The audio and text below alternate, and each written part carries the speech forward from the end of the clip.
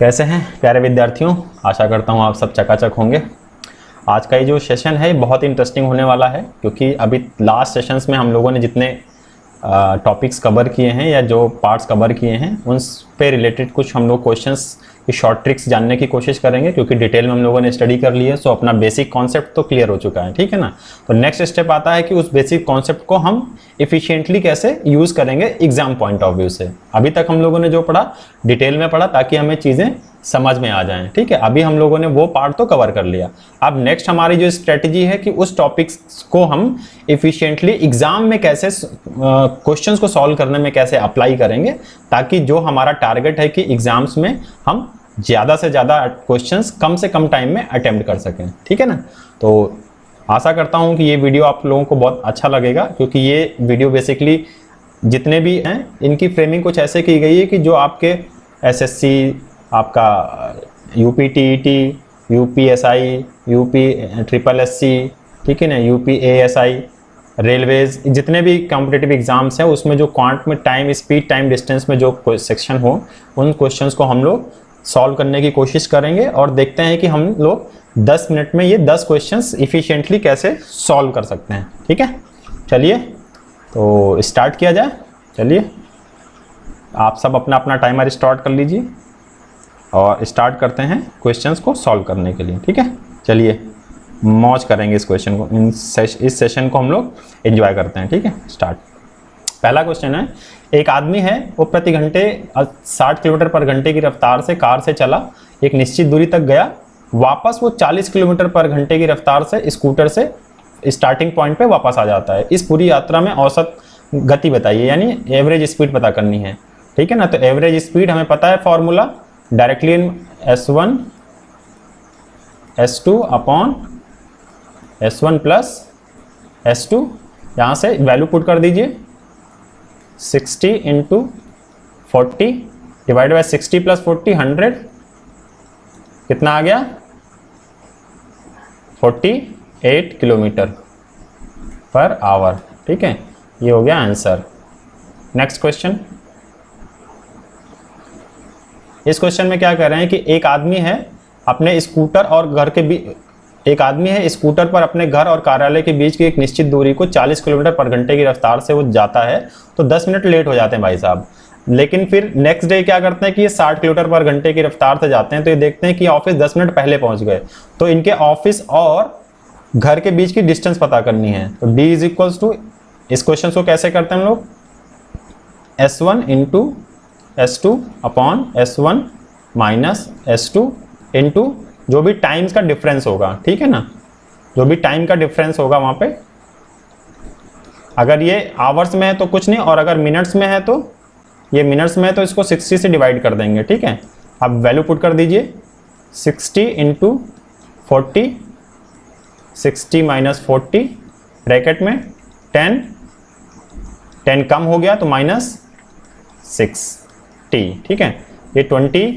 ये 20 कैंसिल, यहाँ से 60, ये 60 कैंसिल, कितना बचा 40 किलोमीटर, ठीक है। दूरी कितनी है 40 किलोमीटर। नेक्स्ट क्वेश्चन देखते हैं।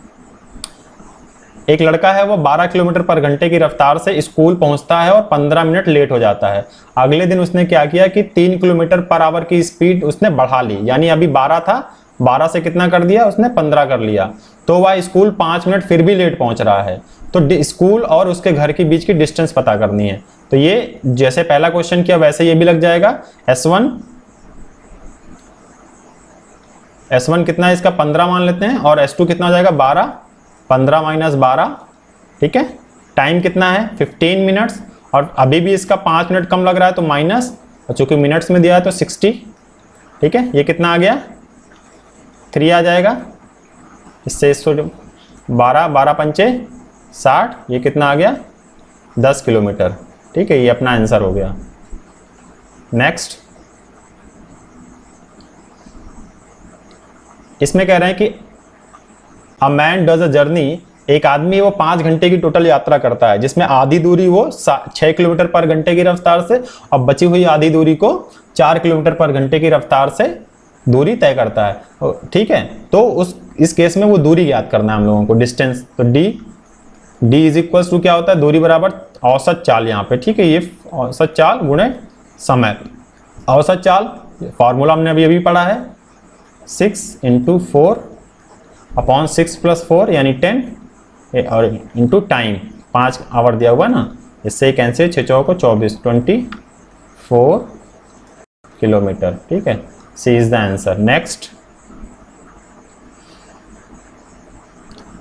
एक लड़का है वो 6 किलोमीटर पर घंटे की गति से स्कूल जाता है, ठीक है, कितने 6 किलोमीटर पर घंटे की रफ्तार से स्कूल जाता है और 4 किलोमीटर प्रति घंटे की स्पीड से गांव वापस आ जाता है। यानी ये गांव से स्कूल गया और फिर स्कूल से गांव वापस आ जाता है, ये डी होगा, ये डी होगा। तो इस केस में ये टाइम कितना लगा, टोटल 5 घंटे लगा। तो स्कूल और गांव के बीच की दूरी पता करनी है हमको, ठीक है ना। तो इस केस में भी ऊपर वाला फॉर्मूला ये अप्लाई होगा, बट वहाँ डी की जगह यहाँ 2D आ जाएगा, ठीक है ना, क्योंकि उस पूरे समय में ये डी भी ट्रेवल और ये डी, इन दोनों को ट्रेवल करने के बाद ही उसको कितना 5 घंटे लगा है, ठीक है ना, इन दोनों डिस्टेंस को कवर करने के बाद। तो यहाँ पे हम लोग फॉर्मूले में 2D का यूज करेंगे, ठीक है ना, जब वो सेम डिस्टेंस गया और सेम डिस्टेंस वापस आ गया। इसमें एवरेज स्पीड अगेन वही 6 × 4/6 + 4 यानी 10 मल्टीप्लाइड यहाँ पे टाइम, ठीक है, और इंटू 2 × S1 S2/S1 + S2, ठीक है, यहाँ से ये कैंसिल हो जाएगा, यहाँ पे आ जाएगा 24। लेकिन हमें फाइंड आउट क्या करना है, डी। तो कितना हो जाएगा डी यहाँ पे 12 किलोमीटर, ठीक है ना। इस क्वेश्चन को बहुत अच्छे से समझिएगा, दोनों बहुत अच्छे क्वेश्चन है, ये बहुत छोटे क्वेश्चन है लेकिन एग्जाम पॉइंट ऑफ व्यू से बहुत ही इंपॉर्टेंट, थोड़ा सा कंफ्यूजन क्रिएट कर देते हैं। ये क्वेश्चन देखिए बहुत अच्छा क्वेश्चन है। इसमें कह रहे हैं कि एक आदमी है, वह अपनी स्पीड के 3/4 भाग से ऑफिस जब पहुंचता है तो 10 मिनट लेट हो जाता है। तो उसका वो यूजुअल टाइम बताइए, मतलब जो उसका नॉर्मल टाइम था जिसमें वो अपने ऑफिस नॉर्मल पहुंच जाता था, यानी जब वो अपनी नॉर्मल स्पीड से चलता था। तो ऐसे केस में हमें क्या करना, सबसे पहले अगर स्पीड 3/4 है तो इसको पहले 4/3 इसका उल्टा कर देंगे, ठीक है ना। इसको 1 से माइनस कर दीजिए, कितना आ जाएगा ये 1/3। इसको इक्विवेलेंट कर दीजिए जितने टाइम से ये डिले हो रहा है इसका, ठीक है ना। और यहाँ से 1 के इक्विवेलेंट जो वैल्यू निकाल लीजिए, 1 के इक्विवेलेंट वैल्यू कितनी आ गई 30 मिनट। ये आपका यूजुअल टाइम हो गया, ठीक है, ये यूजुअल टाइम आ गया यहाँ से। नेक्स्ट क्वेश्चन देखते हैं। अब इस क्वेश्चन में इन्होंने क्या किया है कि स्पीड इनकी 4/3 हो गई, यानी स्पीड बढ़ा दी गई ऑफिस जाने की। जब इन्होंने अपनी स्पीड बढ़ा दी तो ये 10 मिनट जल्दी पहुंच जाते हैं अब। तो इस केस में अगेन हमें वही फंडा यूज करना है, इसको स्पीड को रिवर्स कर देना है हमें, यानी 3/4 4/3 का 3/4 कर देंगे। अब चूंकि 1 से कम है तो इसको 1 से माइनस करेंगे। वहां पे क्या किया था, ठीक, वहां से 1 को उससे, क्योंकि वो वैल्यू 1 से ज्यादा आ रही थी, यहाँ पे ये वैल्यू क्या आ गई, रिवर्स करने पे 1 से कम आ गई, तो इसको 1 से माइनस करेंगे, कितना आ जाएगा 1/4। इसको इक्विवेलेंट कर दीजिए किसके, उसी टाइम के जिस टाइम से वो जल्दी पहुंच रहे हैं। तो इसलिए 1 के इक्विवेलेंट कितना होगा 1/4, तो 1 के इक्विवेलेंट कितना होगा 40, यानी अब इनकी यूजुअल स्पीड 40 है, ठीक है। अब जिसमें ये 10 मिनट अगर इसी स्पीड से चलते हैं तो 10 मिनट पहले पहुंच जाते हैं, यानी 30 मिनट में पहुंचते हैं। लेकिन हमारा आंसर क्यों, हमें यूजुअल टाइम पूछ रहा, तो यूजुअल टाइम 40 मिनट है। नेक्स्ट क्वेश्चन देखते हैं। इसमें क्या कह रहे हैं कि अ train travelling 40 kilometre per hour leave Lucknow. एक ट्रेन है 40 की औसत स्पीड से जा रही है और लखनऊ 9 बजे निकल जाती है। दूसरी ट्रेन है another train travelling 50 kilometre 50 kilometre per hour से चल रही है और वो 2 बजे निकलती है सेम डायरेक्शन में, यानी लखनऊ से ही दोनों ट्रेन चलती हैं, एक 9 बजे चलती है और एक 2 बजे चलती है। 2 को हम 14 भी लिख सकते हैं, ठीक है ना, ठीक, अच्छी बात है। तो ये कह रहे हैं कि कितने किलोमीटर के बाद दोनों ट्रेन आपस में मिलेंगी, तो ट्रेन डिस्टेंस ऑफ मिलन पूछ रहा है, ठीक है। डिस्टेंस ऑफ मिलन कैसे निकाल लेंगे इस केस में भी, स्पीड, दोनों स्पीड को मल्टीप्लाई कर देंगे हम लोग, ठीक है। दोनों की स्पीड क्या हो जाएगी मल्टीप्लाई, और दोनों की स्पीड का difference multiplied by difference of time. Time कितना है, 2 को हम 14 कर चुके हैं, 14 में से 9 गए, ठीक है। यहाँ से आंसर निकाल लीजिए, 14 में से 9 गए, ये कितना आ जाएगा, तो यहाँ पे 9 5 14 5 आ गया, यहाँ पे 10 आएगा, 5 5 25 25 चौको 100 1000 किलोमीटर, ठीक है ना। कहाँ पर 1000 किलोमीटर पे ये आपस में मिल जाएंगे।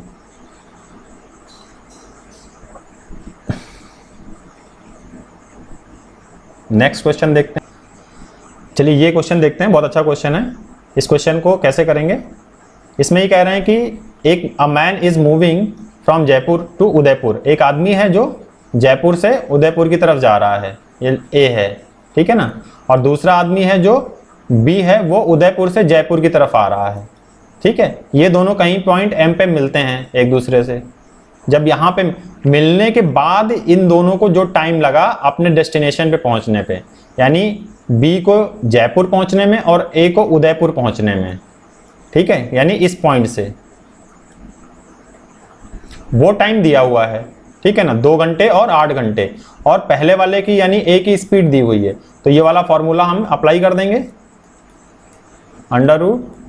√T2/T1, ठीक है। V1 कितना दिया हुआ है 8, और V2 हमें फाइंड आउट करना है √8/2, ठीक है। कितना आ गया 4 का √2 आ गया।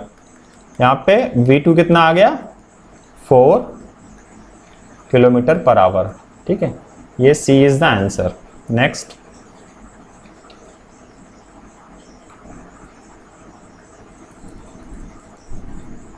ठीक है। नेक्स्ट क्वेश्चन, यहां पे क्या है कि 2 car run at a place at a speed of 2 cars run to a place at a speed of 60 kilometre and 80 km/h respectively in the, ठीक है ना।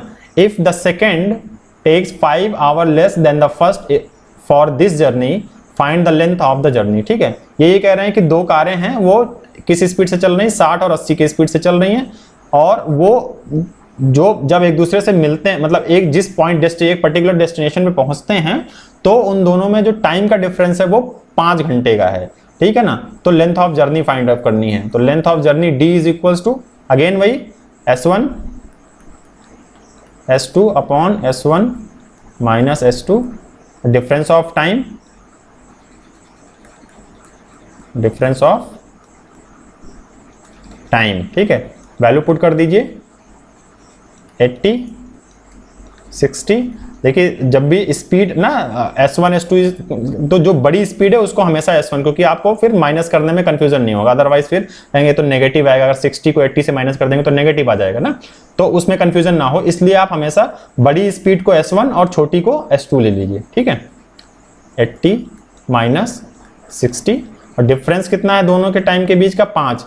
अब ये जरूर याद रखिए, अगर ये आवर्स में तो 60 से डिवाइड नहीं करेंगे, अगर ये टाइम मिनट में आ रहा है तो हमें आवर्स यानी 60 से डिवाइड करना होगा आवर में कन्वर्ट करने के लिए उसको, ठीक है ना। तो ये कितना आ गया, ये 20 आ जाएगा, 5 से मानिए कितना आ गया, ये 4, ये आ गया 2, कितना आ गया, ये 1200 kilometre. This is the answer, ठीक है। सॉल्व कर लिया है, एक अच्छा सेशन रहा ये। अब इसमें जो जिन स्टूडेंट्स को ये कॉन्सेप्ट क्लियर हैं, वो इन क्वेश्चंस को डायरेक्टली शॉर्टकट ट्रिक से अप्लाई कर सकते हैं, और जिनको भी इन शॉर्टकट ट्रिक्स में कोई भी प्रॉब्लम हो, मैंने जो पार्ट 1 to 4 जो वीडियोस डाले हैं, आप वहां पे रेफरेंस के लिए आप उन वीडियोस को देखेंगे, तो ये सारे फॉर्मूले आपको बिल्कुल क्लियर हो जाएंगे। तो आपको इन फॉर्मूलेस को रटना नहीं पड़ेगा, आप सीधे सीधे उन फॉर्मूलेस को, चूंकि वहां ऑलरेडी आपने उसको डिस्क्रिप्शन पूरा देख रखा है कि ये जो शॉर्टकट फॉर्मूलेस जो आते हैं वो कहाँ से डेराइव हुए हैं, ठीक है। तो आपको वहां से एक हेल्प मिल जाएगी, ताकि आपको कोई भी कंफ्यूजन ना हो, कोई भी प्रॉब्लम ना हो, और आप क्वेश्चंस को अच्छे से अच्छे सॉल्व कर सकें। और फिर अगेन मैं वही कहूँगा कि मैथमेटिक्स एक ऐसा सब्जेक्ट है जिसमें आपको सिर्फ और सिर्फ प्रैक्टिस करने की ज़रूरत है, एक भी पॉइंट्स को आपको रटने की ज़रूरत नहीं है, ठीक है। आप रटिए नहीं, आप बहुत ईजिली आप सिर्फ प्रैक्टिस करिए, आप मेरा साथ देते रहिए।